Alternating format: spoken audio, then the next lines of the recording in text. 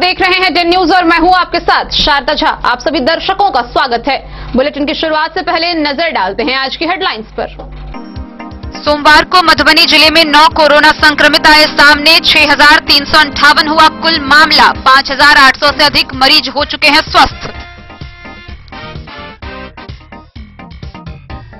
नगर थाना क्षेत्र के रामचक स्थित सिटी हॉस्पिटल में ऑपरेशन के दौरान एक 30 वर्षीय महिला की हुई मौत। परिजनों ने किया जमकर हंगामा।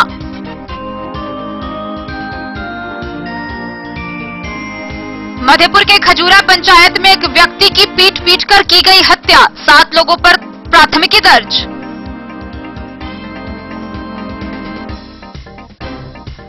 फुलपरास विधानसभा क्षेत्र से निर्दलीय प्रत्याशी रामनगर निवासी समाजसेवी विजय कुमार यादव ने किया नामांकन दाखिल।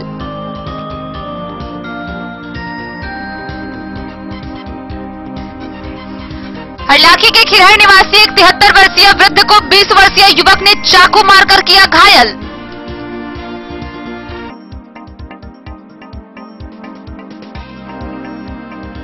जयनगर से अमृतसर जाने वाली ट्रेन के परिचालन का समय हुआ परिवर्तित।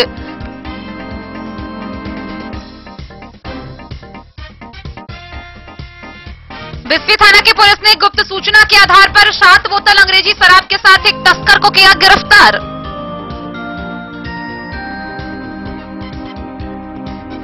सीओपी के धेपुरा गांव में 17 अक्टूबर से होने वाली दुर्गा पूजा को लेकर शांति समिति की हुई बैठक।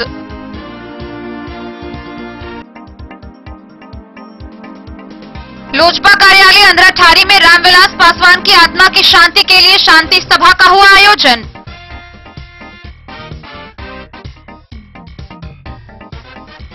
मधवापुर सामुदायिक चिकित्सा केंद्र में गर्भवतियों के लिए लगाया गया हेल्थ कैंप।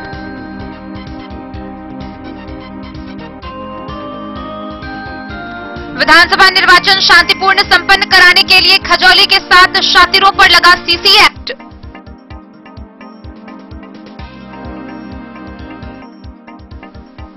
बिस्फी के नवजीवन हेल्थ केयर सेंटर के चिकित्सकों ने किया वृक्षारोपण कार्यक्रम।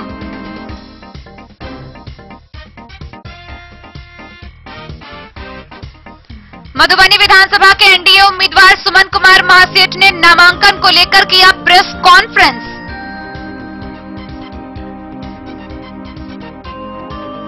एनडीए उम्मीदवार नीतीश मिश्रा के नामांकन के लिए पहुंचे बिहार के उप मुख्यमंत्री भाजपा नेता सुशील कुमार मोदी।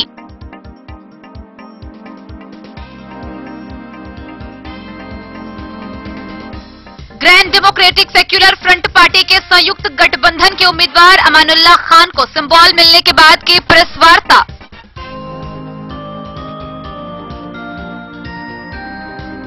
और झंझारपुर फुलपरास विधानसभा क्षेत्र में अभ्यर्थियों के नामांकन के बाद जिला पदाधिकारी सह निर्वाची पदाधिकारी ने की पीसी।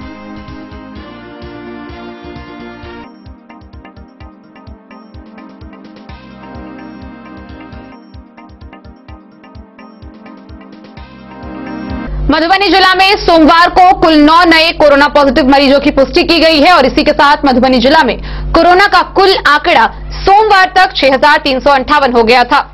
हालांकि इसमें से 5,800 से अधिक मरीज स्वस्थ होकर अपने घर जा चुके हैं। एक ओर जहां कोरोना संक्रमितों की संख्या में कमी आई है, वहीं दूसरी ओर संक्रमण अभी भी थमा नहीं है। बहरहाल मौजूदा स्थिति को देखते हुए सभी को सावधानी बरतने की सख्त आवश्यकता है। मधुबनी जिला में कोरोना का कहर लगातार जारी है। संक्रमित अभी भी हर रोज सामने आ रहे हैं। हालांकि राहत की बात यह है कि जहां हर रोज मरीज 100 से 200 मिलते थे, वहीं यह आंकड़ा बहुत कम पर सिमट गया है। आईडीएसपी की जारी की गई रिपोर्ट के अनुसार सोमवार को कुल 9 पॉजिटिव रिपोर्ट जारी किए गए हैं। 12 अक्टूबर को 9 लोगों की रिपोर्ट कोरोना पॉजिटिव आई है, जिसमें जयनगर प्रखंड से 2, लदनिया प्रखंड से 2, लौकही प्रखंड से 1, मधेपुर प्रखंड से 1, राजनगर से 1, बेनीपट्टी से 1, वरहेका प्रखंड से 1 मरीज शामिल हैं। और इसी के साथ जिले में कुल मरीजों की संख्या 6,358 हो गई है। 6,358 के इस आंकड़े में लगभग 5,800 से ज्यादा मरीज ठीक होकर अपने घर जा चुके हैं। बहरहाल कोरोना संक्रमितों की संख्या में कमी जरूर आई है, लेकिन संक्रमण अभी भी रुका नहीं है। इसलिए जरूरी है कि भारतीय स्वास्थ्य विभाग द्वारा जारी गाइडलाइन का पूरी तरह अनुपालन किया जाए। नियमित अंतराल पर हाथों को अच्छे तरीके से साबुन से धोते रहें। सार्वजनिक जगहों पर फेस मास्क और तौलिए का मुंह और नाक ढकने के लिए उपयोग करें। ठंडी चीजों के सेवन से बचें, खांसी जुकाम जैसी चीजों से दूर रहें, खाने में गर्म चीजों का सेवन करें, बार बार छूने वाली चीजों के लिए सैनिटाइजर का प्रयोग करें। Bureau report, Madhubani. मधुबनी नगर थाना क्षेत्र के राम चौक स्थित सिटी हॉस्पिटल में इलाज के दौरान एक 30 वर्षीय महिला की मौत हो गई। मौत के बाद मृतका के परिजनों ने अस्पताल में जमकर हंगामा किया, जिसके बाद डॉक्टर व अस्पताल के कर्मी अस्पताल छोड़कर भाग गए। मौके पर नगर थानाध्यक्ष धर्मपाल पहुंचे, लोगों को समझा बुझाकर शांत कराया और शव को कब्जे में लेकर पोस्टमार्टम के लिए भेज दिया। पंडौल प्रखंड के शाहपुर गांव निवासी विनोद पासवान की पत्नी संजुला देवी की इलाज के दौरान मौत से आक्रोशित शाहपुर के ग्रामीणों के द्वारा करीब 1 घंटे तक नगर थाना क्षेत्र के राम चौक स्थित मधुबनी सकरी मुख्य मार्ग को जाम रखा गया। बाद में नगर थाना पुलिस के हस्तक्षेप के बाद शव का पोस्टमार्टम के लिए सदर अस्पताल लाया गया। पोस्टमार्टम कर शव मृतका के स्वजनों को सौंप दिया गया। मौके पर संजुला के पति विनोद पासवान, देवर मनोज पासवान, रंजीत पासवान ने बताया कि गर्भाशय ऑपरेशन के लिए संजुला को शहर के राम चौक स्थित एक निजी क्लिनिक में सोमवार को सुबह भर्ती कराया गया था। ऑपरेशन के दौरान संजुला की हालत काफी बिगड़ने के बाद क्लिनिक के चिकित्सक व कर्मी उसे यहां से ले जाने के लिए कहा। इलाज संबंधी तमाम कागजात उनसे छीन ली गई। बाद में आनन फानन में एम्बुलेंस से संजुला को दरभंगा ले जाया गया, जहां रास्ते में उसकी मौत हो गई।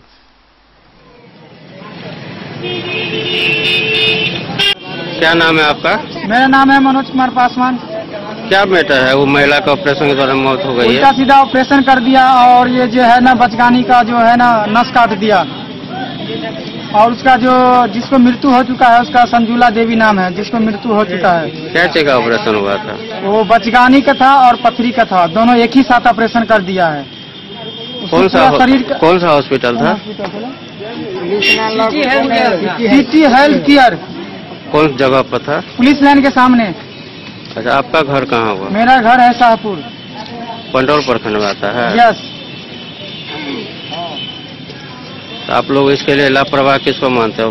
हॉस्पिटल वाले को? हॉस्पिटल वाला की लापरवाही है, न कोई कागज दिया, न कोई पुर्जी दिया, कुछ भी नहीं दिया। जब मर गया उसके बाद उसे नहीं समझा तो बोला चला जाओ यहाँ से, वहाँ पे टापस खरीद दरभंगा, मगर वहाँ गया तो कोई कागज पत्र कुछ भी नहीं दिया। तो किस प्रूफ से हम एडमिशन कराए? कोई नहीं एडमिशन किया। जो मर गया उसका नाम क्या है? उसका नाम था संजुला देवी।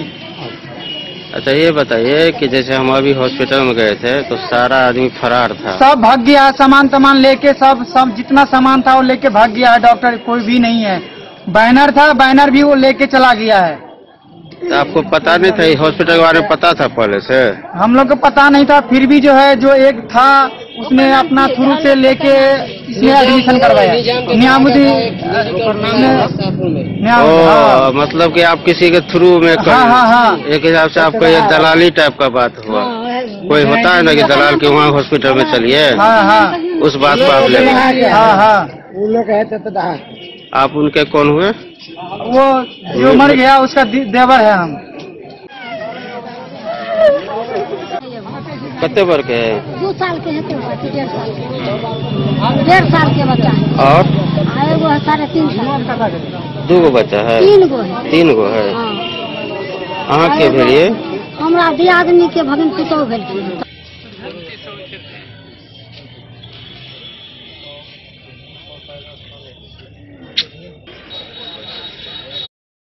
Bureau report, Madhubani.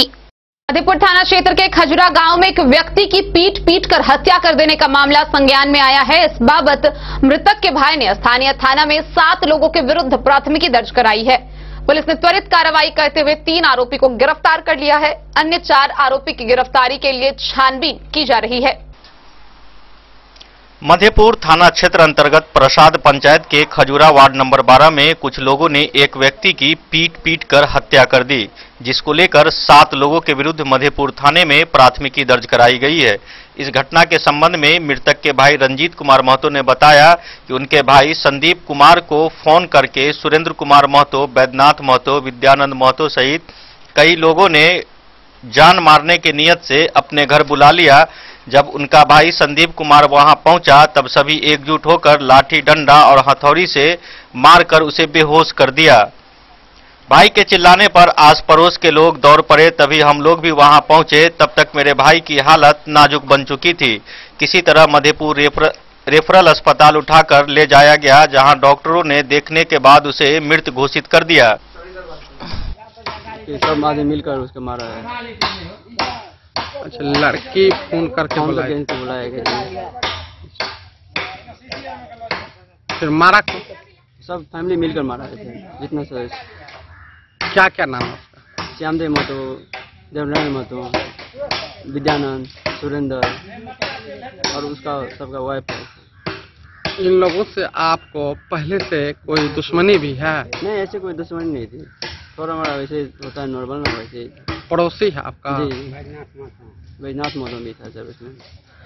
कितने बजे दिन में हुई यह घटना की रात में? 3:30 साढ़े 3 आसपास। आप लोगों को कैसे पता चला? हम लोग थे नहीं, पापा भी नहीं थे, कोई घर पर नहीं थे। ये सर प्लानिंग के साथ किया गया है। इससे पहले इस लड़की और इनके बारे में कोई थोड़ा मरा हुआ था, हंगामा हुआ था? क्या नाम है आपका? रंजीत कुमार।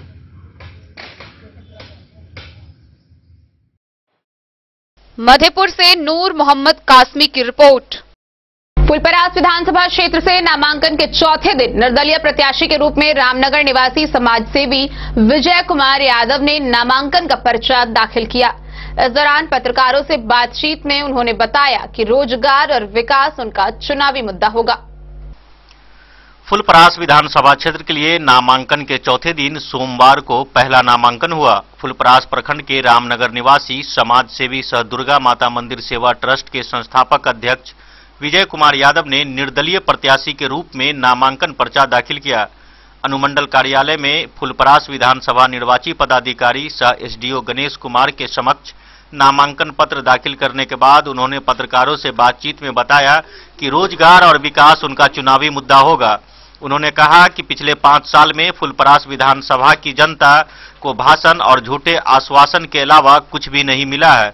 वहीं आरओ सह एसडीओ गणेश कुमार ने बताया कि फुलपरास विधानसभा क्षेत्र के लिए अभी तक विजय यादव के अलावा मधेपुर निवासी सत्यनारायण अग्रवाल, लौकी प्रखंड के मनसापुर निवासी कृपानाथ पाठक, घोघडिया प्रखंड क्षेत्र के बेल्हा निवासी शीला कुमारी, बसुआरी निवासी गौरीशंकर यादव, ब्रह्मपुरा निवासी राम कुमार यादव और फुलपरास प्रखंड क्षेत्र के सिसवा बरही निवासी गुलजार देवी ने नाजिर रसीद कटाई है।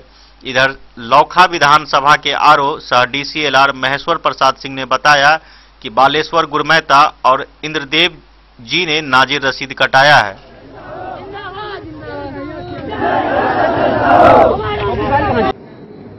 देखिए, पार्टी के लिए मैं काम कर रहा था, आगे भी किया हूँ। इतना बहुत बढ़िया मेहनत किया, 4-5 साल से क्षेत्र में भी किया हूँ। लेकिन यहाँ से सीट हो गया कांग्रेस का, और जो हमारी जनता की आवाज़ है पूरा विधानसभा का, जो आपको निर्दलीय उतरना है, उतरिए, पार्टी की गलती की आप मत करिए, तो इसी के अभी उतरना पड़ा है। और जहाँ तक पूरा विश्वास है जो जनता के ऊपर में, जो पूरा भरोसा है, जो हमको 110% मिलेगा। और जैसे क्या मुद्दा क्या है आपके इलाके का, क्या रहेगा आपका जैसे चुनाव लड़ने का मुद्दा में, क्या सब काम जैसे आप करेंगे? देखिए, चुनाव मुद्दा जो है रोड, सड़क, बिजली, पानी, स्वास्थ्य विभाग, स्कूल, जितने बहुत सारे मुद्दे हैं, रोजगार है। क्या नाम है आपका? मेरा नाम विजय कुमार यादव। फुलपरास से जलेंद्र कुमार यादव की रिपोर्ट। हरडासी थाना क्षेत्र के खिरहर निवासी एक 73 वर्षीय वृद्ध को एक 20 वर्षीय युवक ने चाकू मारकर घायल कर दिया। इस बाबत जख्मी वृद्ध ने स्थानीय थाना में प्राथमिकी दर्ज कराई है। पुलिस मामले की छानबीन में जुट गई है। खिरहर थाना क्षेत्र के हिसार गांव में मिट्टी काटने से मना करने पर एक 20 वर्षीय युवक ने 73 वर्षीय वृद्ध को धारदार चाकू से घायल कर दिया। पीएचसी उमगांव में इलाजरत लालजी मिश्र ने कहा कि सोमवार को पता चला कि मेरे तालाब के भिंडा से मिट्टी काटकर कुछ लोग घर ले जा रहे हैं। इसके बाद जब वो वहां पहुंचे तो कुछ लोग भाग गए, लेकिन ग्रामीण भगवान जी कामत निर्भीक होकर मिट्टी काटना बंद नहीं किया। जब हम मिट्टी काटने से मना किया तो गाली गलौज करते हुए पहले तो हमको धक्का मारा, फिर उसके बाद जेब से चाकू निकालकर मेरे ऊपर हमला कर दिया। इसी क्रम में मेरे जेब से 5,000 रुपये भी निकाल लिया।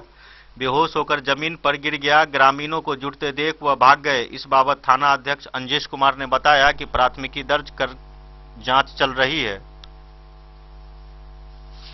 10/2020 को दिन के 12 बजे मुझे जानकारी मिली कि आपके पोखरा के भिंडा का मिट्टी उठा के ढो रहा है, काट रहा है। तो मैं गए तो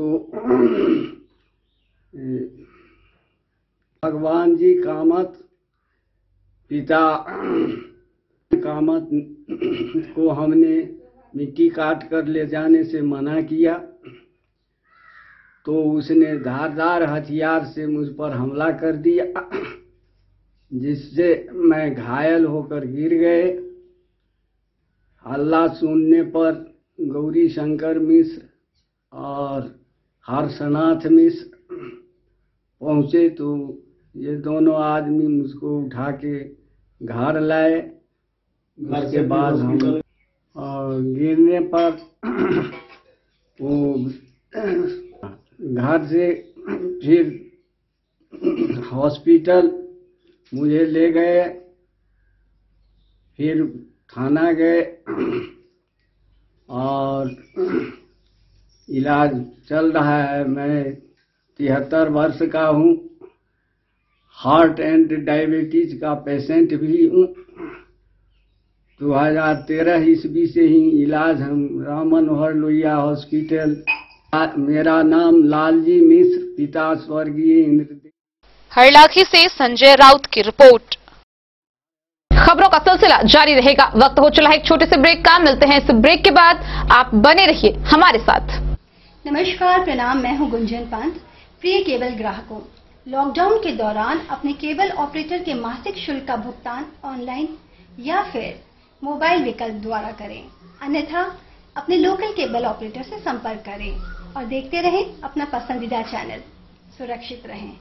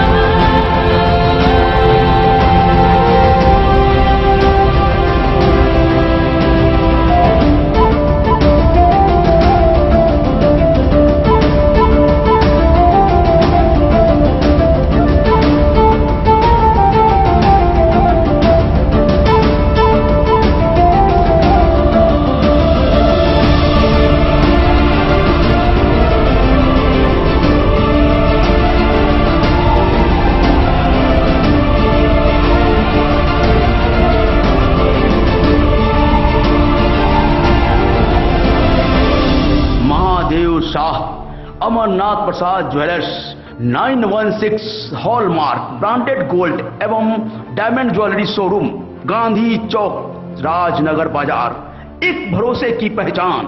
दुनिया का चमकता सितारा झाड़ीलाल। शादी ब्याह हो या तीज त्योहार, हर मौके के लिए हमारे पास है खास किस्म की साड़ियाँ। जरदोजी कामदार साड़ियों से लेकर डिजाइनर साड़ियों की एक से बढ़कर एक वैरायटीज। हर कलर व पैटर्न की साड़ियों का खजाना झाड़ीलाल। इतना ही नहीं, अच्छी क्वालिटी व नामी कंपनियों के शर्ट पैंट के कपड़े भी हमारे यहाँ उपलब्ध हैं। कुर्ता पैजामा का कपड़ा हो या शर्ट पैंट का कपड़ा या फिर डिजाइनर सलवार सूट की हो डिमांड, हम करते हैं पूरी आपकी हर मांग। अगर आप अपनी पर्सनैलिटी में लगाना चाहते हैं चार चांद, तो एक बार सेवा का मौका अवश्य दें। झाड़ीलाल। हमारा पता है बड़ा बाजार एवं महिला college road, Madhubani. Text book presents text book pass for all government job aspirants. So चाहे आप ऑनलाइन कोर्सेज की हेल्प से अपने कॉन्सेप्ट्स क्लियर करना चाहते हैं या ऑनलाइन मॉक टेस्ट से प्रैक्टिस करना चाहते हैं, तो Testbook pass is for you. Testbook pass offers complete preparation with 3500 plus mock tests, 100 plus online courses for over 100 plus exams. And to improve your speed, accuracy and faster learning, you will also get 500 plus tips and tricks videos, 30 plus test attempt strategy sessions, 1000 plus practice sets and quizzes, 500 plus PDF study notes. Textbook Pass is your full pass for complete preparation for all your exams. Till now, 37,000 plus students got selected using Textbook. You could be next. So to achieve your goal, kickstart your complete preparation with Textbook Pass. बेहतरीन साड़ियों एवं readymade कपड़ों का अनूठा संगम Bombay fashion. शादी हो या कोई त्योहार, हर तरह के खास आयोजन में आपको पसंद आएंगी यहाँ की डिजाइनर कामदार एवं बेहतरीन साड़ियाँ। यानी अगर आप चाहते हैं सभी प्रकार की कामदार फैंसी बनारसी प्योर सिल्क सूती साड़ियाँ, सलवार सूट और लहंगा चुन्नी, तो सोचने की जरूरत नहीं, आए बॉम्बे फैशन। हम रखते हैं आपकी पसंद का ख्याल। शर्टिंग, सूटिंग एवं ब्रांडेड रेडीमेड कपड़े भी मिलेंगे आपको उचित मूल्य पर। यही नहीं, बच्चों के कपड़े बाजार से कम कीमत पर यानी होलसेल रेट पर प्राप्त करें। पता याद रखें, बॉम्बे फैशन, महिला college road, Madhubani. Hotel Gokul राज।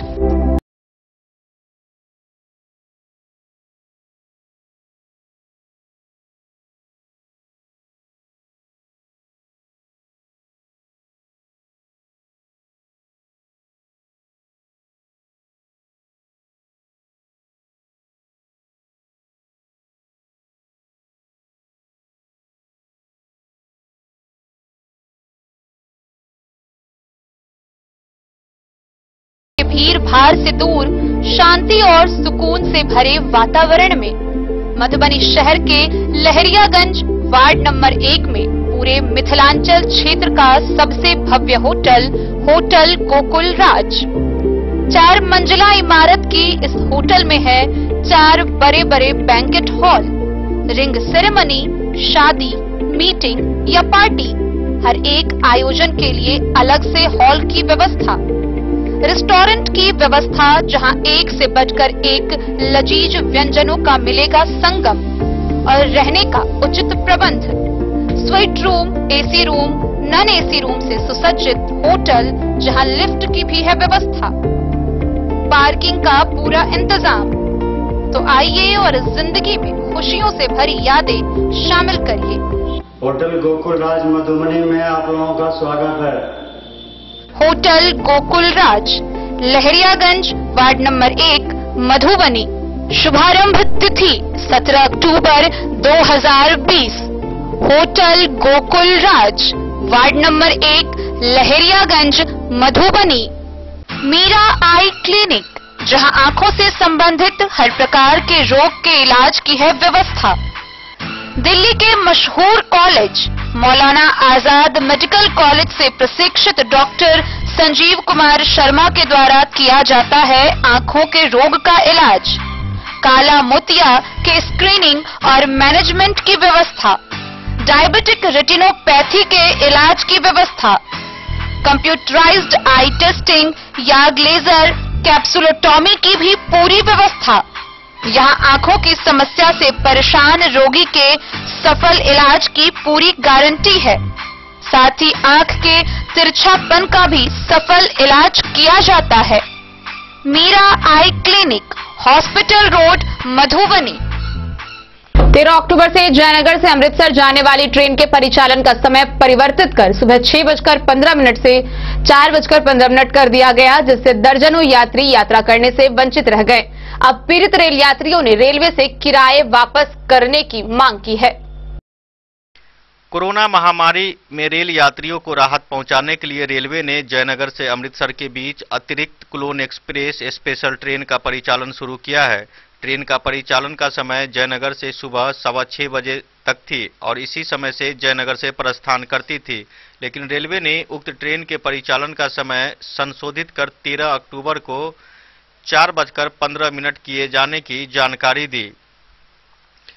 रेल यात्री मोहम्मद इसराफिल खान, भुवनेश्वर कुमार, गुलजार, रामचंद्र राम, भोगेंद्र राम, फैयाज सहित अन्य यात्रियों ने ट्रेन के प्रस्थान करने पर रेलवे के ऐसे कार्यशैली पर विरोध जताते हुए कहा कि अगर रेलवे ने उक्त ट्रेन के समय में परिवर्तन किया है तो मोबाइल पर SMS के माध्यम से रेल यात्रियों को सूचना दिया जाना था, लेकिन ऐसा नहीं किया गया, जिस कारण लोग पूर्व के समय पर अपने घरों से जयनगर रेलवे स्टेशन आए थे उक्त ट्रेन से यात्रा करने के लिए, लेकिन स्टेशन पर आते ही पता चला कि आज से ट्रेन के समय में परिवर्तन कर दिया गया है।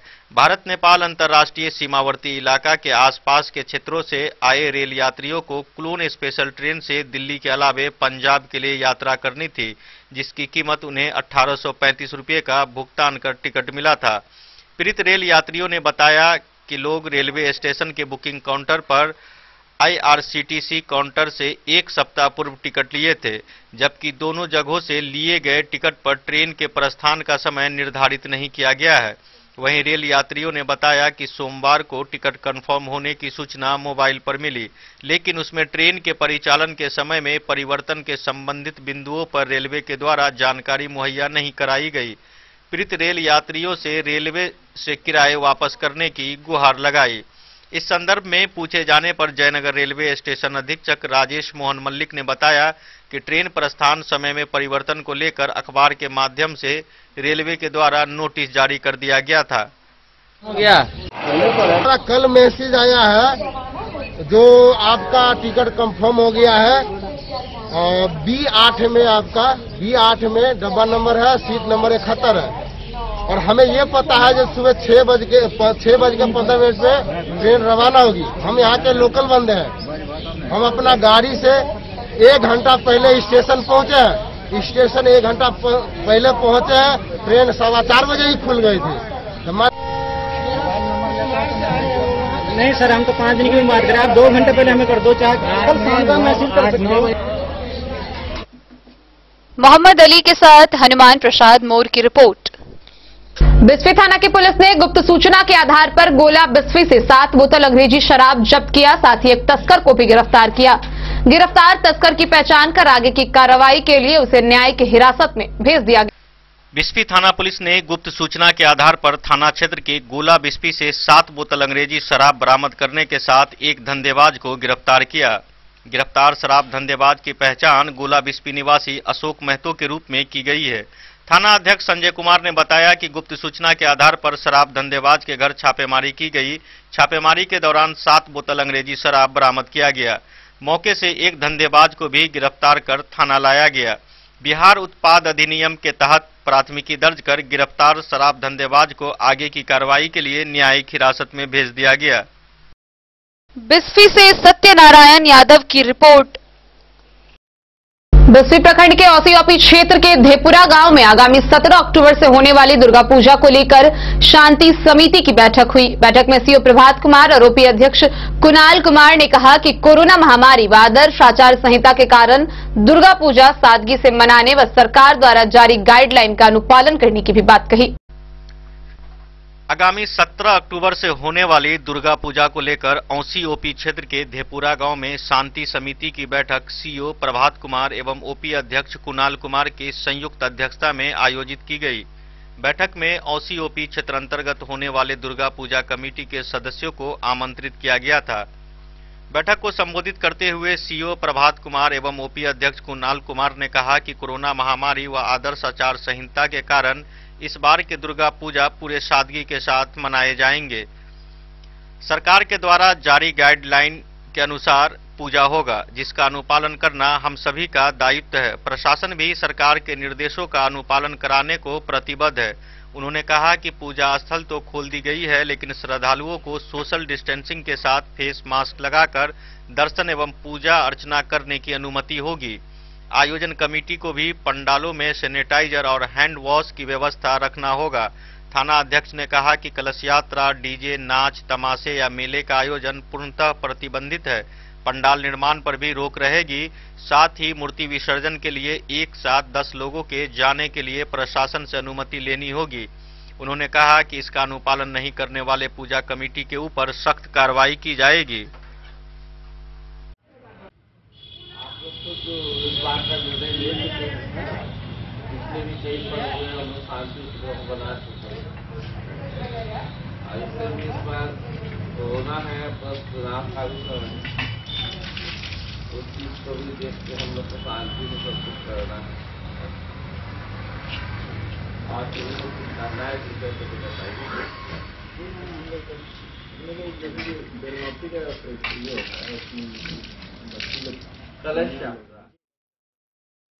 बिस्फी से सत्यनारायण यादव की रिपोर्ट। अंधराठारी प्रखंड के लोजपा कार्यालय में स्वर्गीय रामविलास पासवान की आत्मा की शांति के लिए शांति सभा का आयोजन किया गया। इस दौरान उपस्थित कार्यकर्ताओं ने 2 मिनट का मौन रखकर उनके कार्यकाल को याद किया। लोजपा के जो संस्थापक थे रामविलास पासवान जी, उनके निधन पर आप लोगों ने शोक सभा का आयोजन किया है, क्या है उनके बारे में कुछ बताइए। महत्व बड़ी दुख की बात है, हम लोगों का गार्जियन लोक जनशक्ति पार्टी के संस्थापक नहीं रहे। हम लोग अपने आप को असहाय महसूस कर रहे हैं। फिर भी सारी ऊर्जा हमारे राष्ट्रीय अध्यक्ष भाई चिराग पासवान को जो दिया है और उनके माध्यम से हम लोगों को जो ऊर्जा मिल रही है, शायद हमारे संस्थापक, हमारे गार्जियन, हमारे पूर्व राष्ट्रीय अध्यक्ष हमारे रामविलास बाबू हम लोगों को बहुत सारे शक्ति देकर गए हैं। हम लोग जहां तक हमारे राष्ट्रीय अध्यक्ष को निर्देश, जो भी निर्देश आएंगे उस निर्देश को हम लोग निष्ठापूर्वक निर्वहन करने की कोशिश करेंगे। और हमारे अंधराठारी प्रखंड के लोक जनशक्ति पार्टी के समस्त कार्यकर्तागण उनके याद में शोक संवेदना अपने हार्दिक दिल से उनको मनाए हैं और आशा करते हैं कि शायद ऐसा घड़ी हम लोगों के सामने में चुनाव के घड़ी में नहीं आए। बहुत विश्वास के साथ अभी जो स्थिति परिस्थिति बन रही है हम लोगों के सामने में, कैसे हम लोग अपने निष्ठापूर्वक निर्वहन करेंगे, इसके लिए हमारे जो अंधराठारी प्रखंड कमेटी है उसमें सशक्त रूप में हम लोग काम करेंगे और जो हमारे पार्टी के जो निर्देश आएगी उस पर हम लोग काम करेंगे।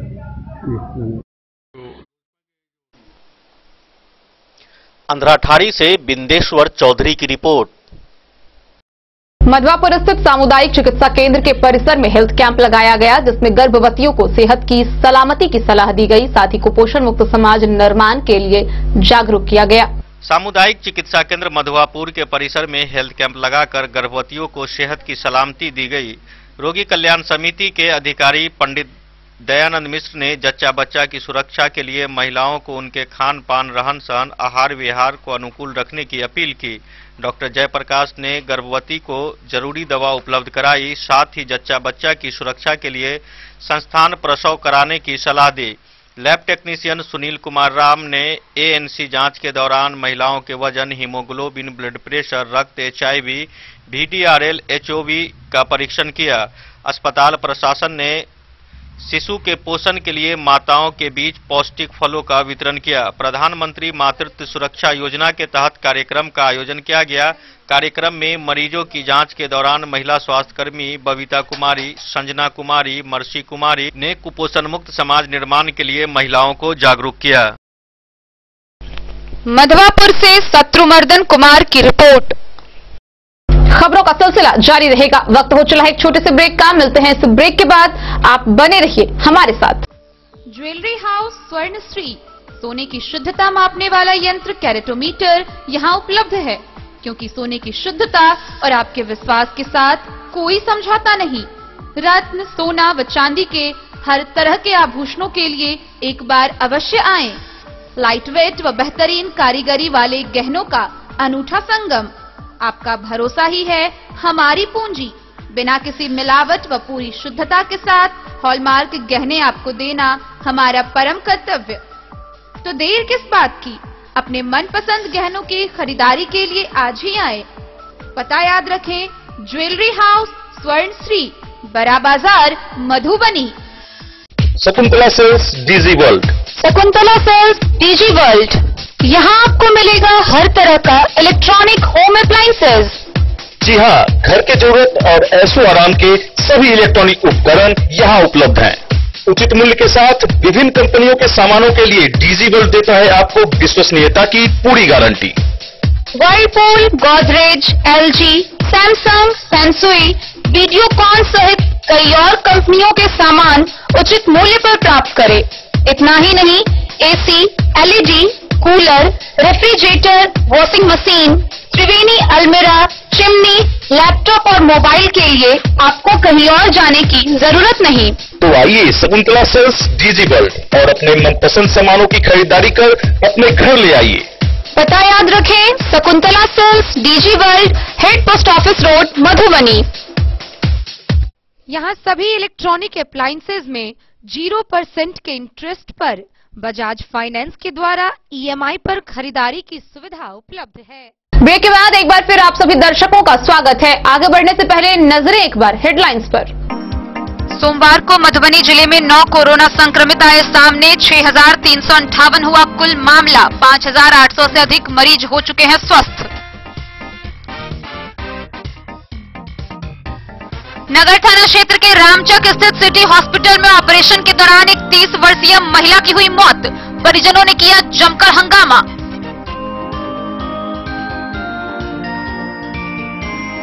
मधेपुर के खजूरा पंचायत में एक व्यक्ति की पीट कर की गई हत्या। 7 लोगों पर प्राथमिकी दर्ज।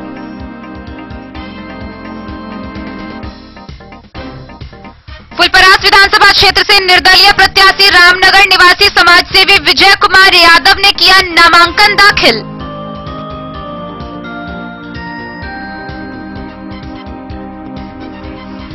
हरलाखी के खिरहर निवासी एक 73 वर्षीय वृद्ध को 20 वर्षीय युवक ने चाकू मारकर किया घायल।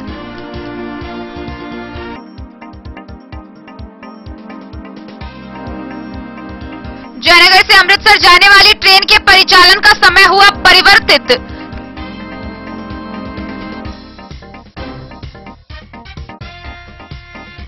बिस्फी थाना की पुलिस ने गुप्त सूचना के आधार पर 7 बोतल अंग्रेजी शराब के साथ एक तस्कर को किया गिरफ्तार।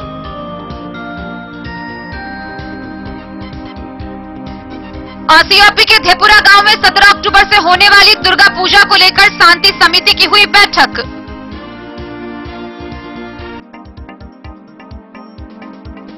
लोजपा कार्यालय अंधराठारी में रामविलास पासवान की आत्मा की शांति के लिए शांति सभा का हुआ आयोजन।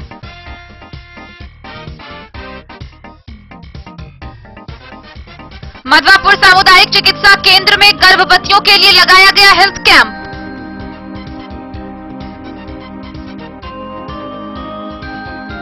विधानसभा निर्वाचन शांतिपूर्ण संपन्न कराने के लिए खजौली के 7 शातिरों पर लगा सीसी एक्ट।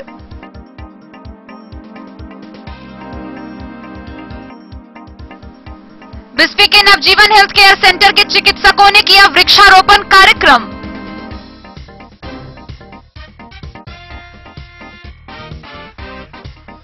मधुबनी विधानसभा के एनडीए उम्मीदवार सुमन कुमार महासेठ ने नामांकन को लेकर किया press conference.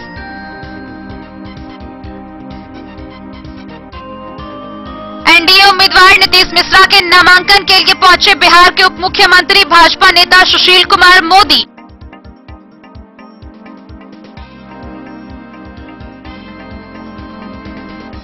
Grand democratic secular front party के संयुक्त गठबंधन के उम्मीदवार अमानुल्लाह खान को सिंबल मिलने के बाद की प्रेस वार्ता।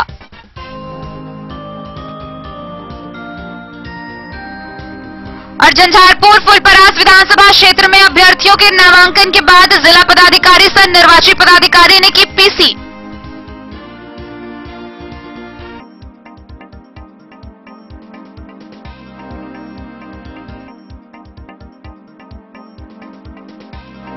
विधानसभा चुनाव को शांतिपूर्ण संपन्न कराने को लेकर खजौली के 7 शातिरों पर सीसी एक्ट लगाया गया है, जिसमें दतवार गांव के 2, कन्हौली के 2, सुक्की, छपड़ाढ़ी व कसमा मरार के एक शातिर शामिल है। सभी के नाम की सूची जिला पदाधिकारी सह जिला निर्वाची पदाधिकारी के पास भेज दी गई है। बिहार विधानसभा चुनाव को लेकर खजौली में शांतिपूर्ण एवं निष्पक्ष चुनाव को लेकर जिला प्रशासन ने शातिरों पर शिकंजा कसना शुरू कर दिया है। चुनाव प्रभावित करने की आशंका को लेकर खजौली थाना क्षेत्र के विभिन्न गांवों के 7 सातिरों पर सीसीए लगाया गया है। उक्त आशय की जानकारी देते हुए थाना अध्यक्ष उमेश पासवान ने बताया कि चिन्हित 7 सातिरों पर अग्रेतर कार्रवाई करने के लिए जिला पदाधिकारी मधुबनी को सूची भेजी गई है, जिसमें दतुआर गांव के इंदल महतो, सोनू कुमार सिंह, सुक्की गांव के रोशन ठाकुर, छपराडी गांव के दिनेश यादव, कन्हौली गांव के कृष्ण कुमार सिंह उर्फ परनामी एवं धर्मेंद्र कुमार सिंह उर्फ लालू कुमार तथा कसमा मरार गांव के दिलीप कुमार सिंह का नाम सीसीए में शामिल है। खजौली से सुधांशु ठाकुर की रिपोर्ट। बस्ती प्रखंड के नवजीवन हेल्थ केयर सेंटर के चिकित्सकों ने प्रकृति की रक्षा के लिए वृक्षारोपण कार्य शुरू किया है। इस दौरान पेड़ लगाओ अभियान के तहत समाज के लोगों को पेड़ लगाने के लिए जागरूक किया गया व पेड़ के महत्व को बताया गया।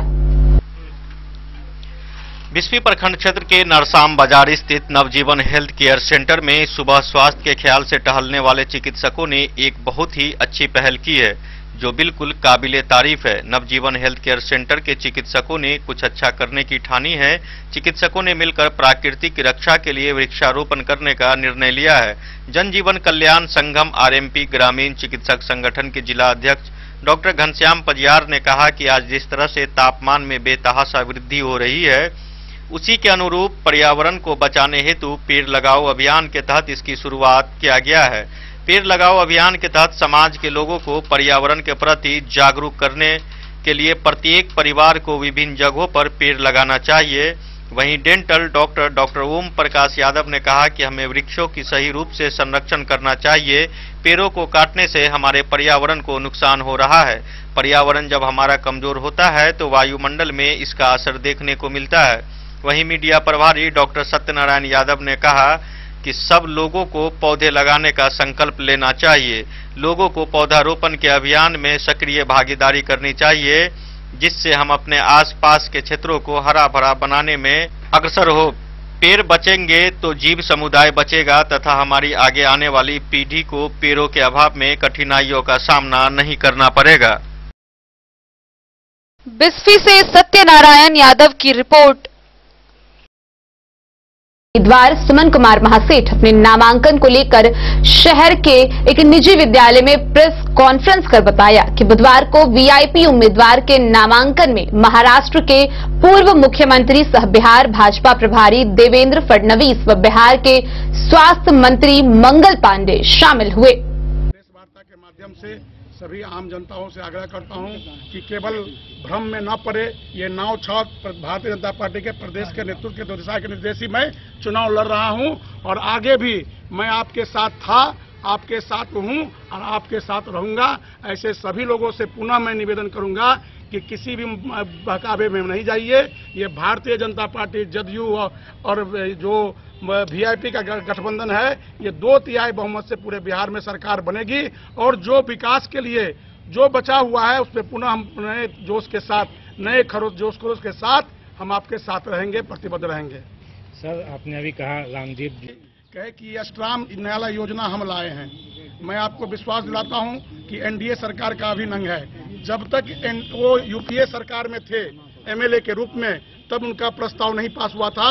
जब हमने सदन के माध्यम से इस काम को गंभीरता से उठाया था कि जिस समस्या को हमने नजदीक से बचपन से देखा है, जब हम लोग कॉलेज में पढ़ते थे तो 1 घंटा में पानी का निकासी, ये 3 जो नाला हमारा है, राज केनाल, वाटसन केनाल, उसके माध्यम से निकल जाता था। लेकिन बीच के कार्यकाल में जो 1990 से लेकर 2005 तक जो लालू राबड़ी का शासनकाल रहा, जिसमें लूट खसोट का कारण रहा, जो बहिष्कार कर रहे हैं उनसे निश्चित रूप से दर्द को मैं समझ रहा हूं, क्योंकि जन समस्या को दूर करना सरकार की जिम्मेवारी भी है और बहुत बड़ी योजना भी बनी थी।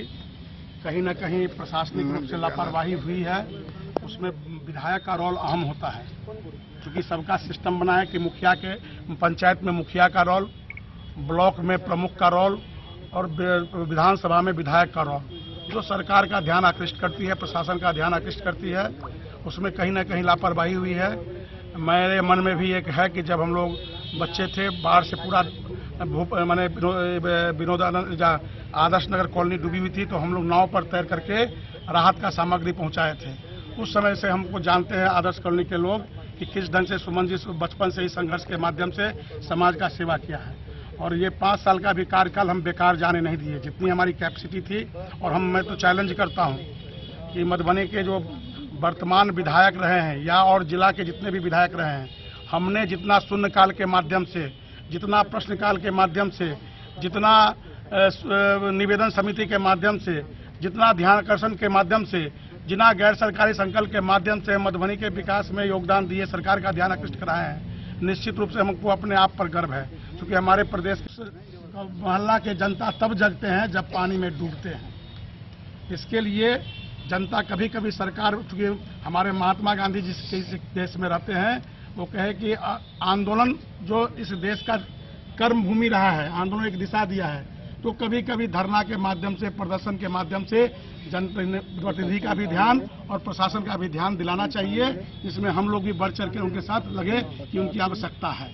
इसीलिए मैं पुनः वहाँ के रहने वाले से क्षमा प्रार्थी हूँ कि आज तक आपके समस्या को किन्होंने गंभीरता से नहीं देखा, और आप इस गंभीरता को समझिए और हम आपके साथ कदम में कदम मिलाकर अगर आप हमको उचित माने सम्मानजनक वोट देकर अगर सदन में पहुंचाते हैं, तो मेरा पहला जो अगर टारगेट रहेगा कि सरकार को बाध्य करे कि उसमें कैसे पानी का जो पुराना नक्शा है, उस पर जो अतिक्रमण है, उस पर पक्का नाला बना करके अतिक्रमण को खाली करा करके और रोड की ऊंचाई बढ़ाना पड़े तो रोड की ऊंचाई बढ़ाकर एक बृहद योजना लेकर के मैं आदर्श नगर कॉलोनी में सरकार के पास जाऊंगा और सरकार को बाध्य करूंगा। इसके लिए हमको अगर वहां की जनता साथ देगी तो हम सड़क से लेकर के और सदन तक इस बात को उठाऊंगा।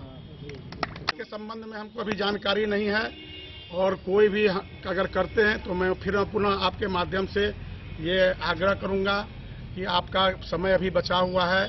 आप अभी तुरंत कुछ ही दिन पहले भारतीय जनता पार्टी ज्वाइन किए हैं और भारतीय जनता पार्टी के व्यवहार में रचिए बसिए। पार्टी आपको भी मौका देगी और भविष्य में कोई नहीं जानता, हमको नहीं मालूम था, 77 से काम कर रहे थे, हमको नहीं मालूम था कि कभी हम भी विधायक विधान पार्षद बन सकते हैं। लेकिन जब भारतीय जनता पार्टी में लगातार काम किए तो आज हम भारतीय जनता पार्टी के एमएलसी भी बने, और वीआईपी में जो एमएलए के लिए चुनाव की टिकट मिली है उसमें भारतीय जनता पार्टी के प्रदेश और केंद्रीय नेतृत्व का बहुत बड़ा योगदान है। एक आखिरी सवाल है कि आखिर क्या वजह था कि लोकसभा के समय महागठबंधन के खाते में वीआईपी सीट मधुबनी आई और ठीक विधानसभा 2020 में भी वीआईपी के खाते में ही मधुबनी सीट गई? ऐसा है कि अखलाक जी, भारतीय जनता पार्टी जनसंघ की जब स्थापना हुई थी और श्यामा प्रसाद मुखर्जी जब मेरा पहला राष्ट्रीय अध्यक्ष बने थे, उस समय में भी गठबंधन की राजनीति को हमने प्रारंभ किया था। और जब उस समय से लेकर आज तक हमने हमेशा, लालू जी भी जब मुख्यमंत्री बने थे तो भारतीय जनता पार्टी के सहयोग से ही बने थे, नीतीश कुमार भी मुख्यमंत्री बने हैं तो भारतीय जनता पार्टी के सहयोग से ही बने हैं। और भारतीय जनता पार्टी रहा है कि जो दलित का बेटा, पिछड़ा का बेटा को अपमान करने का काम ये लालू पुत्र जो बचपन में ही करोड़ों का घोटाला का संपत्ति के मालिक बन गए थे, उनको क्या मतलब है गरीब के अति पिछड़ा के दर्द से। और अब उनका लोकसभा चुनाव में उनके वोट का उपयोग कर करके और इस चुनाव में उन्होंने अपमान करने का काम किया। लेकिन भारतीय जनता पार्टी अपना जो संस्कार रहा है कि जो भाई भटके भुचरे हाथ पकड़ ले साथ चले, रोटी कपड़ा जल की सुविधा सबको शिक्षा सुलभ मिले, इसके तहत एक राजनीतिक भी सोच है कि जो हमारे दलित हैं, जो हमारे पिछड़े हैं, उन सभी ऐसे नेताओं को अपने दल के माध्यम से उनको जो राष्ट्र के विकास के भागीदारी में उनका भी अहम योगदान रहे देखने को मिला। और मैं प्रेस के माध्यम से ही जवाब दिया हूं, लेकिन मैं आज यहां से जब उठने के बाद निश्चित रूप से कल के नॉमिनेशन के लिए उनके आवेदन करूंगा, क्योंकि मैं उनके साथ बच्चे से काम किया हूं और उनको आना भी चाहिए आशीर्वाद देने के लिए। और उनके साथ जो लुक्का टाइप का लोग है उनको निश्चित रूप से चेतावनी भी है कि भारतीय जनता पार्टी का एक कार्यकर्ता तुम्हारे करतूत को जानता है। अगर आप उनको गलत रास्ता पर ले जाइएगा तो उनका तो जो होना होगा होगा ही, लेकिन आपका भी भविष्य सुरक्षित नहीं रहेगा। इसलिए मैं पुनः इस प्रेस वार्ता के माध्यम से मैं आग्रह करूंगा, प्रदेश नेतृत्व को अभी उन पर विश्वास है कि ऐसा गलत काम वो नहीं कर सकते हैं, लेकिन अगर किसी के बहकावे में आकर किए हैं तो ये काम मैं पुनः उनसे एक बार जरूर बात करूंगा। क्या भूपेंद्र यादव जो है डैमेज कंट्रोल करने के लिए मधुबनी आ रहे हैं 14 को? देखिए, आपको मालूम है अखलाक सिद्दीकी जी कि भारतीय जनता पार्टी नहीं है, एक परिवार की है। और हमारे जो पूर्व अध्यक्ष लगातार 3 बार जिला के अध्यक्ष रहे घनश्याम ठाकुर जी, इसी काल में उनके पिताजी स्वर्गवास कर गए और उनके स्वर्गवास में आने जाने की परंपरा भारतीय जनता पार्टी के हर एक कार्यकर्ता के संस्कार में है।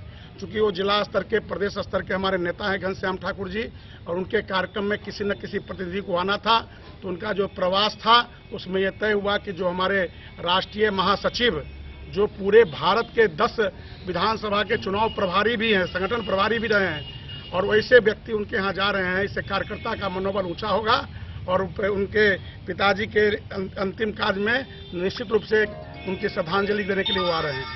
मधुबनी भारतीय जनता पार्टी के प्रदेश नेतृत्व और केंद्रीय नेतृत्व को धन्यवाद देता हूं कि वीआईपी को ये सीट मिलने के बाद भारतीय जनता पार्टी के प्रदेश नेतृत्व ने सुमन महासेठ का नाम, सुमन कुमार महासेठ का नाम की घोषणा वीआईपी के अध्यक्ष मुकेश पासवान, सन ऑफ मुकेश सहनी, जो घोषणा किए, और मैं मधुबनी के जनता के बीच में आज कल जो मेरा नॉमिनेशन है उसके निमंत्रण देने के लिए पेश वार्ता किया हूँ।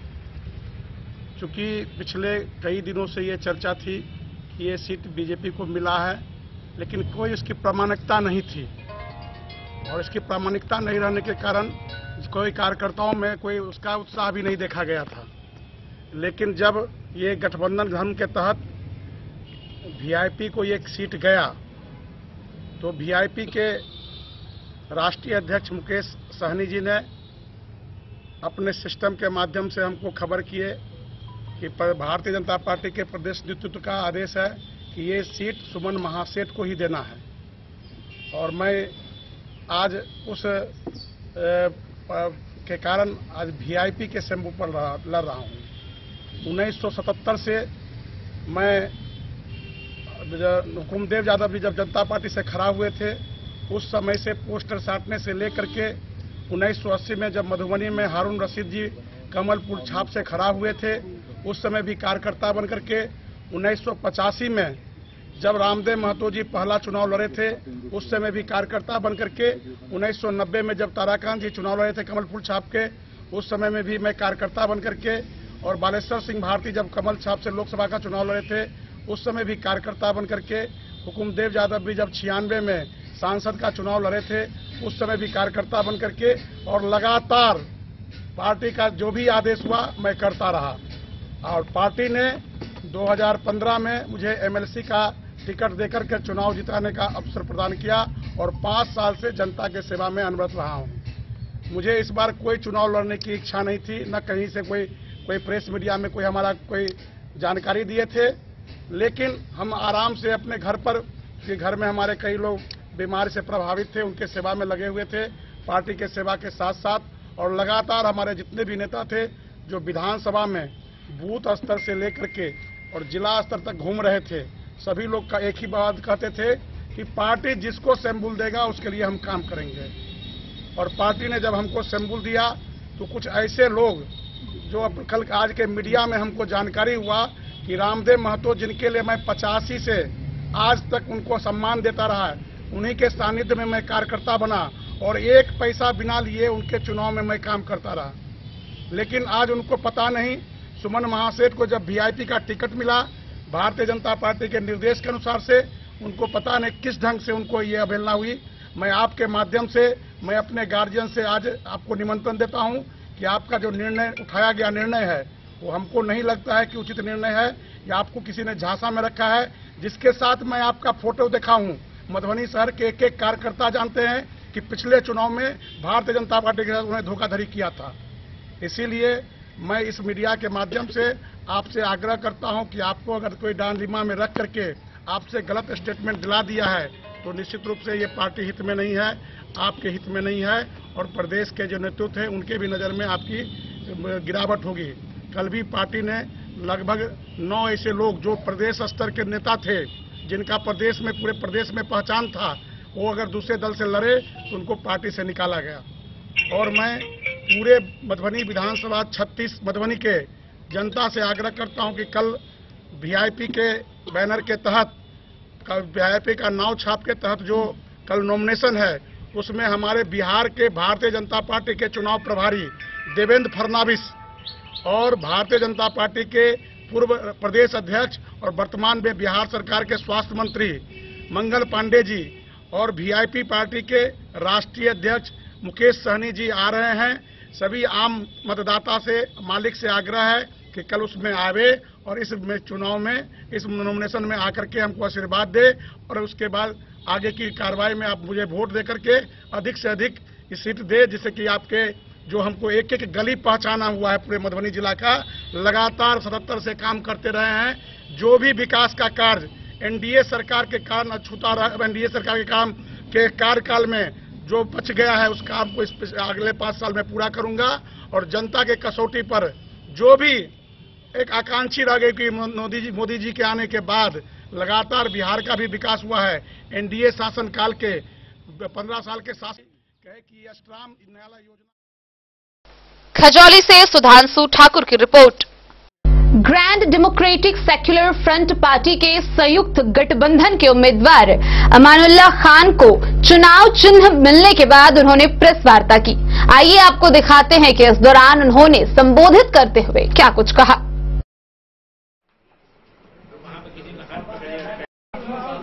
चाहे प्रिंट मीडिया हो, इलेक्ट्रॉनिक मीडिया हो, सोशल मीडिया हो, सभी साथियों का दिल की गहराइयों से स्वागत करते हैं।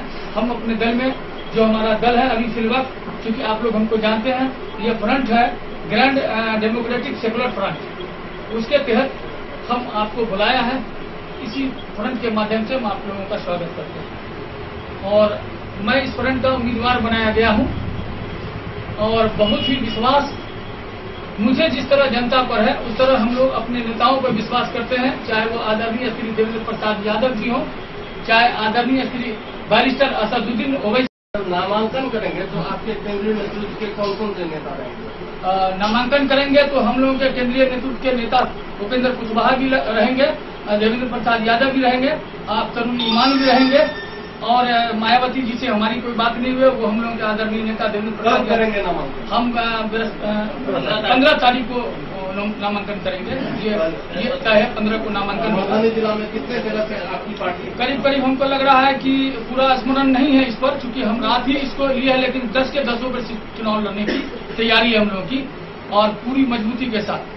क्योंकि मेरे पास लिस्ट नहीं आई है जो हम आपको दावे के साथ बता दें, लेकिन ये भरोसा रखिए कि कोई जगह खाली नहीं है, क्योंकि वहाँ बहुत कसरत के बाद हर विधानसभा के अंदर टिकट दिया गया है चिन्हित करके आदमी को। यशवंत सिन्हा भी हैं आपके इसमें समर्थक है, माने इसमें नहीं दे रहे हैं, लेकिन इस फ्रंट के इसमें नहीं है, वो देवेंद्र जी के साथ तालमेल में रहे हैं। एक अहम सवाल, अभी अभी आपने कहा कि 30 साल तक मुसलमानों को डराया गया और कहीं न कहीं आप भी कांग्रेस पार्टी के एक्टिव कार्यकर्ता के रूप में काम करते रहे हैं, तो आपको कांग्रेस के छोड़ने की वजह क्या, मेन वजह क्या है? आप सिर्फ विधायक लड़ने के लिए छोड़े या फिर कोई और दूसरी वजह? नहीं, देखिए कांग्रेस की जो नीति है वो नीति के अभी जो बिहार में कांग्रेस की नीति जो चल रही है वो बिल्कुल जो है वर्कर के हित में नहीं है। वो वर्कर के हित में वो नीति नहीं है, मतलब जो क्योंकि वो बैसाखी पर चल रही है। हम लोगों ने डिमांड लगाया कि हम अपने पैर पे कब खड़ा होंगे, क्योंकि स्वयं को पैर है अपने पास, राष्ट्रीय पार्टी आप है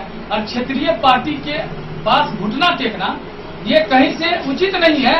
और उतना ही नहीं बल्कि हमारे शिखर नेता सब दलाली कर रहे हैं उन लोगों की, जो ये अफसोस का मुकाम है। कैसे टिकट करता है गुलाब यादव का, कहे नहीं यहाँ महागठबंधन टिकट काटा, पैसे का बोलबाला चल रहा है, सियासत इस बात पर हो रही है। इसलिए मुझे लगा कि 20 साल 30 साल 50 साल भी सियासत करेंगे तो नंबर नहीं आएगा। इसीलिए हमने फैसला लिया है कि जिससे हम जनता की सेवा करें और जनता का जो हमको फीडबैक आया, लोगों की राय हुई, मैंने लोगों की राय पर खरा उतरने का काम किया है। बस यही मेरा कहना है और कुछ पूछना नहीं। सर एक सवाल और था कि जो अभी मजलिस के जो सेंट्रल राष्ट्रीय अध्यक्ष हैं ओवैसी साहब, उनके बारे में लोगों का कहना है कि वो वोट को इधर उधर करने का काम करते हैं, लेकिन बिहार में कहीं मजबूती से वो उतर रहे हैं, उनका दावा है। आप बताएं इस पर क्या? देखिए हम लोगों के बीच मुसलमान की भी टीम और सेकुलर में विश्वास रखने वाली टीम, ये हमेशा जो है ना कोई हक बात करता है तो उसके बारे में यही प्रचार किया जाता है। आप बताइए कि अगर हम अगर किसी क्लास के छात्र हैं तो हमारा काम क्या है, हम एग्जाम देंगे कि नहीं देंगे? अगर कोई पार्टी बनी है देश लेवल पर जिसके एमएलए एमपी जीत के आ चुके हैं, वो पार्टी जो हक बात गरीबों की, दलितों की, पिछड़ों की असदुद्दीन ओवैसी साहब करते हैं या देवेंद्र प्रसाद यादव करते हैं। देवेंद्र प्रसाद यादव का तो नमूना देखने को मिलता ही है कि जब आप मंत्री बनाए गए तो किसी मंत्री का नाम भुला सकते हैं, लेकिन आप गली गली गांव में चले जाइए तो आपको पता चलेगा कि लाल कार्ड का सूत्रधार कोई व्यक्ति है तो उसका नाम देवेंद्र प्रसाद यादव है जी। तो जो गरीबों के लिए सोचता है उसी आज लाल कार्ड के सूत्रधार के काम को आज जो अभी चला है महामारी चली है, उस महामारी में वही अनाज, वही कम दाम का अनाज ये सब दिया गया, वही काम आया। देवेंद्र यादव का सपना जो था, ये लोग गांधी विचार के सोच के लोग हैं। सर ये सेक्युलर पार्टी लगातार गले फाड़ कर चिल्लाती है कि हम सेक्युलर हैं, लेकिन इस विधानसभा बिहार में मुसलमानों को टिकट नहीं दिया गया, इसमें क्या कर सकते हैं? उसके हिसाब से मुसलमानों को टिकट नहीं मिला। मुसलमानों को इस वक्त पैर पे अपने खुद खड़ाना होगा। हम बैसाखी पर नहीं चलेंगे, हमारी अक्सरियत है। हम अक्सरियत के मुताबिक हम जमात के सारे लोगों को लेकर चलना चाहते हैं। हम लोगों को अब अपने पैर पर, यही तो सियासत है जो रोका जा रहा है हमको। आज देख लीजिए ना पार्लियामेंट में हमारा क्या काम हुआ। जब शकील साहब चुनाव लड़ रहे थे तो बारिक सिद्दीकी साहब को भेजा गया, जब बारिक सिद्दीकी चुनाव लड़ रहे थे तो गुलाम गौस जी को भेजा गया, गुलाम गौस जी से सबसे विदा हो गया लोग। तो अभी चुनाव लड़ रहे थे तो फातमी साहब को हटाया गया, बारिक सिद्दीकी साहब को हटाया गया, शकील साहब को हटाया गया। आज जिसका कोई पता नहीं था उनको सीट दे दी गई, और उनको सीट दे दी गई तो रिजल्ट आपके सामने है। जो हमारा शिखर नेतृत्व था डॉक्टर शकील अहमद, वो भी चुनाव लड़ने पर मजबूर। जब जमीन और जमीर की लड़ाई होने लगती है तो इंसान पार्टी सीनेट से ऊपर उठकर समाज की बोली को बोलने लगता है। वही काम आज हम कर रहे हैं जो हमारे शिखर नेता ने किया। धन्ना सेठ या राजा को राजा बनाना कमाल नहीं है। गरीब फकीर के बेटा को, सेवक को अगर आप राजा बनाते हैं या अपना चौकीदार बनाते हैं, आप अपने समाज का नुमाइंदा बनाते हैं जो हिंदू मुस्लिम इतिहाद पर, आपसी भाईचारा पर यकीन रखता है, वैसे लोगों को बनाना चाहते हैं यदि आप, तो मेरा ये मानना है कि ये मधुबनी में स्वर्ग का माहौल होगा और हम लोग मिलजुल करके कौमी एकजुटता के साथ विकास पर भी काम करेंगे। और मैं वादा करता हूँ आप लोगों के माध्यम से कि जनता हमारी बात को, हमारे रिकॉर्डिंग को रखे। मैं कोई भी काम, कोई भी निर्णय सामाजिक या कोई भी निर्णय विकास का स्वयं नहीं लूंगा, अपने वर्करों के साथ, अपने समाज के लोगों के साथ बैठ के लूंगा कि ताकि किसी तरह का भेद नहीं हो। और एक वादा और करना चाहता हूँ, चाहे मैं किसी भी हालत में रहूं, अगर मैं कामयाब होता हूं तो मैं फंडिंग में कमीशन खोरी जो चल रही है उसका वादा करता हूं जनता से। मैं जनता के विश्वास को नहीं बिकने दूंगा, 100% काम करवाऊंगा। अगर कोई मेरा भी भाई ठीका करेगा तो उसको कोई परसेंटेज की बात नहीं, काम बेहतर करके दिखाएगा। मैं खुद अपने निगरानी में रखूंगा। ऐसा नहीं कि लेटर पैड पर लिख दिया 10%, 20% नेताजी को चला गया, 10% उनके साथियों को चला गया, 10-30% ऑफिस को चला गया। पता चला कि जनता का पैसा 60 से 70% चला गया दूसरे को। और हम आपके यहाँ काम हुआ तो पता चला 1 महीना के बाद देखिएगा रोड से, ढलाई रोड से वो कंकर से उखड़ने लगता है। ये मैं वादा करता हूँ, अगर विकास होगा तो ठोस होगा, काम होगा तो ठोस होगा। हमारी नीति ठोस है। हम चाहते हैं परिवर्तन, और परिवर्तन की लड़ाई हम लड़ रहे हैं। हम किसी को हराने और जिताने के लिए नहीं आए हैं। हम जनता से ये आशीर्वाद, स्नेह, प्यार, मोहब्बत मांगना चाहते हैं कि एक मौका अपने छोटे भाई, अपने अजीज को भी दे, अपने साथियों को भी दे। मधुबनी से फिरोज आलम की रिपोर्ट। झंझारपुर से एनडीए के उम्मीदवार नीतीश मिश्रा ने विधानसभा सीट के लिए अपना नामांकन दाखिल किया है और उनके समर्थन में बिहार के उप मुख्यमंत्री सुशील कुमार मोदी झंझारपुर पहुंचे और उन्होंने उपस्थित कार्यकर्ताओं को संबोधित किया।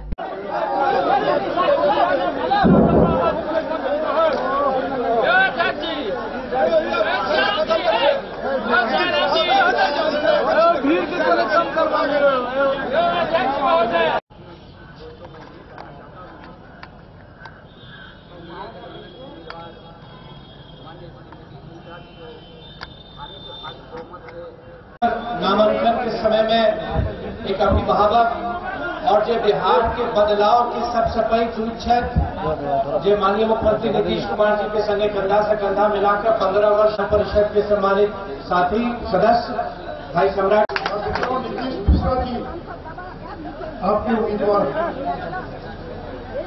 पिछले बार 800 वोटों से चुनाव हार गए थे। कभी मैं राममंडल जी से पूछ रहा था कि लोकसभा में झंझारपुर से आप कितने वोट से जीते, तो उन्होंने कहा कि 62,000 वोट से जीते। तो मैं आपसे ये कहना चाहूंगा कि पिछले बार का हार का बदला इस बार आपको लेना है। और पिछली बार अगर 800 वोट से नीतीश मिश्रा हारे हैं तो इस बार 80,000 वोटों से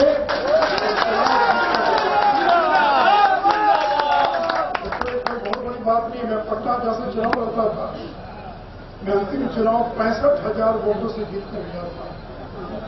इसलिए मित्रों, ये आपका मेरा सौभाग्य है। ये झंझारपुर की धरती डॉक्टर जगन्नाथ मिश्रा की धरती है, पंडित हरिनाथ मिश्रा की धरती है, और जिस धरती पर आज नीतीश मिश्रा जी हमारे गठबंधन के उम्मीदवार हैं। और मित्रों, हमारे बगल के जो विधानसभा क्षेत्र है, वहां जनता दल यू के हरवाकी से सुधांशु शेखर, बाबूगढ़ी से मीना कामत, लोका से लक्ष्मेश्वर राय और फुलपरा से श्रीराम मंडल, ये हमारे गठबंधन के उम्मीदवार हैं। रामप्रीत पासवान जी बैठे, और बगल के अंदर जो बाकी सीटें हैं बीजेपी की, आज शाम तक उनकी भी घोषणा हो जाएगी। मैं उनका नाम नहीं लेना चाहूंगा, जिनके नाम तय है। इसलिए मित्रों, जिस प्रकार से बागीचे में अलग अलग रंग के फूल होते हैं तो बागीचा अच्छा लगता है। अगर बागीचे में एक ही रंग का फूल हो तो बागीचा बढ़िया नहीं माना जाएगा। और ये जो बागीचा है, एनडीए का बागीचा, इसके अंदर हर जाति के, हर वर्ग के लोगों को हमारे गठबंधन में इज्जत देने का काम और सम्मान देने का काम पूरा। और हमारे गठबंधन में जो लोग खड़े हैं, सुधांशु शेखर जी किस समाज से आते, मीना जी किस समाज से आती है, लक्ष्मेश्वर राय किस समाज से आते। और मित्रों, मैं ये भी कहना चाहूंगा कि हम लोगों को जब मौका मिला तो बिहार में जिस अति पिछड़ा की 40% आबादी है, ये धानुक समाज, केवट समाज, नोनिया समाज, बिरदार समाज, बड़े समाज, नाई, हमार और बहुत सारी जातियां होंगी। उन बाकी 15 साल बिहार में जिन लोगों ने राज किया, इन जातियों को इज्जत देने का काम नहीं किया, इनका मान सम्मान नहीं किया। लेकिन जब नीतीश कुमार बिहार के मुख्यमंत्री बने तो पंचायत के चुनाव में हमने अति पिछड़ों को 20% का आरक्षण दिया।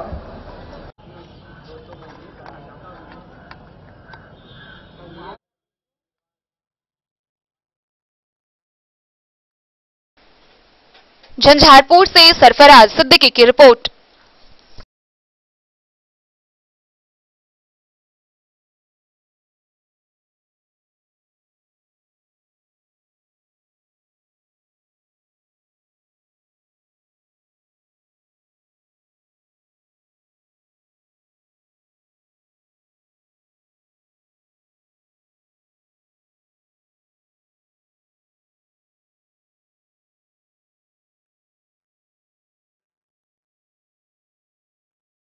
मधुबनी जिले के 10 विधानसभा क्षेत्र अंतर्गत 38 झंझारपुर विधानसभा क्षेत्र में 5 अभ्यर्थियों के द्वारा नामांकन दायर किया गया है। वहीं 39 फुलपरास विधानसभा क्षेत्र में एक अभ्यर्थी ने नामांकन दायर किया है। बाकी और कहीं भी अभी तक नामांकन दायर नहीं किया गया है। वहीं इसको लेकर जिला पदाधिकारी सह जिला निर्वाची पदाधिकारी डॉक्टर दिलेश रामचंद्र देवरे ने प्रेस वार्ता की। इसके आलोचना हम लोगों ने सूचना दिया है। अभी मैं एसपी साहब से अनुरोध करूंगा कि लॉ एंड ऑर्डर से संबंधित आपको वो ब्रीफ करेंगे।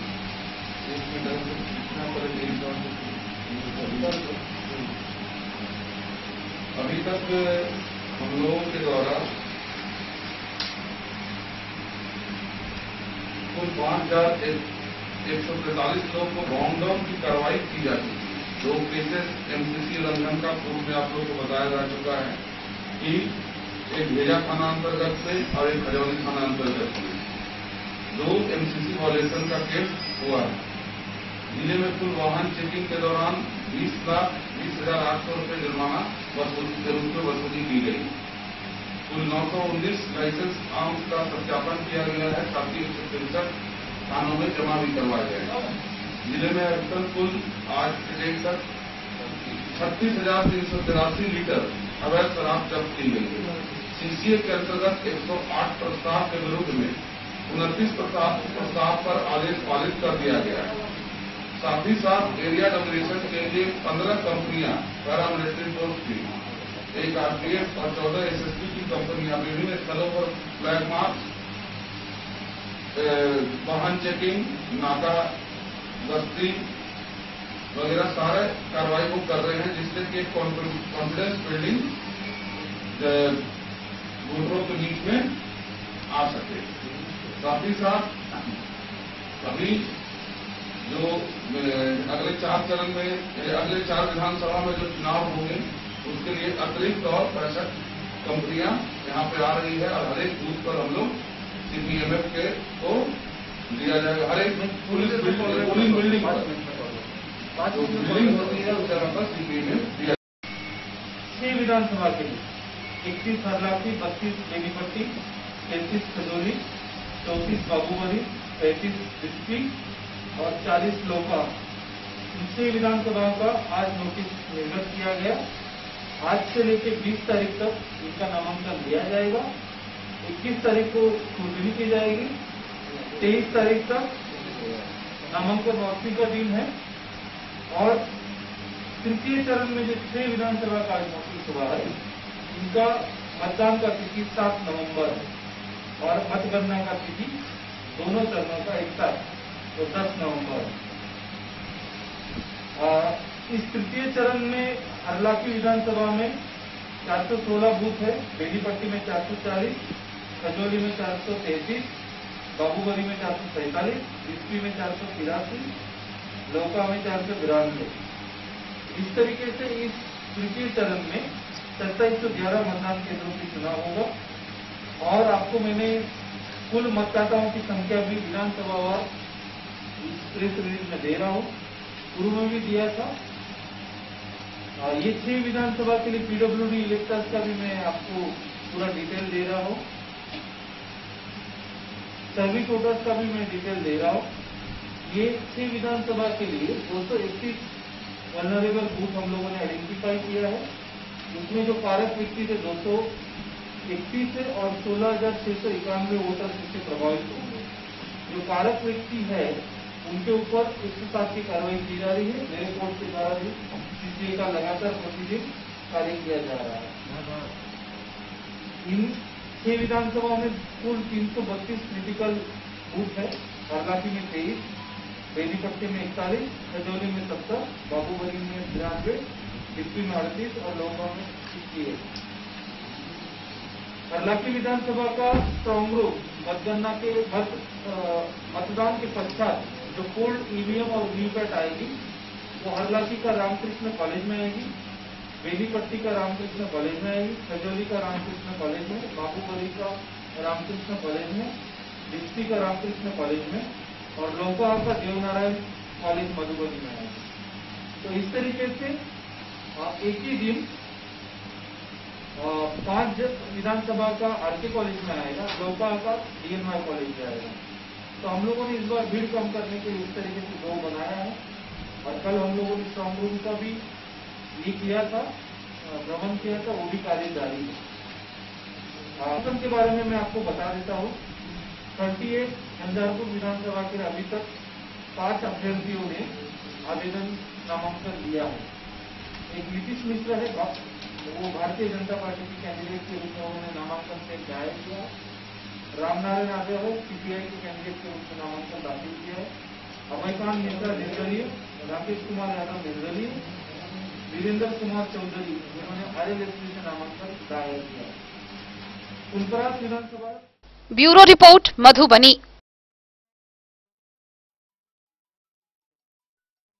तो आज के इस बुलेटिन में फिलहाल इतना ही। कल फिर हाजिर होंगे नए खबरों के साथ। तब तक दीजिए पूरी टीम को इजाजत। नमस्कार।